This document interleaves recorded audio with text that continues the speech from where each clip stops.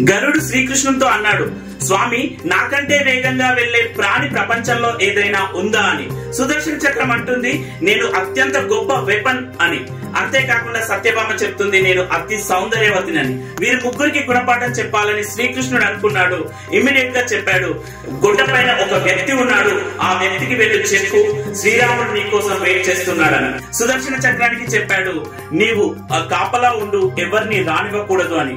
సత్యభామకు చెప్పాడు, నువ్వు సీతాదేవి వేషంలో ఉండు, నేను శ్రీరాముడి వేషంలో ఉంటాను అని చెప్పేసి.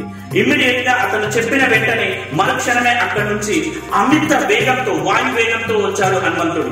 అలా హనుమంతుడు ఎప్పుడైతే శ్రీకృష్ణుని దగ్గరికి వచ్చేసి, స్వామి నీకోసం ఇంత వెయిట్ చేస్తున్నాను అని చెప్పేసి అంటే, అదే ఎలా వచ్చావు లోపలికి, మధ్యలో నేది ఆపలేదా అంటే, ఒక చిన్న చక్రం కనిపించింది, దాంతో ఫైట్ ఎందుకు అని చెప్పేసి నా నోట్లో వేసేసుకున్నాను అని చెప్పేసి చెప్పాడు. స్వామి, నీ పక్కన ఉన్నది ఎవరు? నా సీతామాత కాకుండా ఒక చెలికత్తె నీ పక్కన ఎందుకుంది అని చెప్పేసి అన్నాడు. ఇలా ముగ్గురికి ఒకేసారి గుణపాఠం చెప్పాడు శ్రీకృష్ణుడు.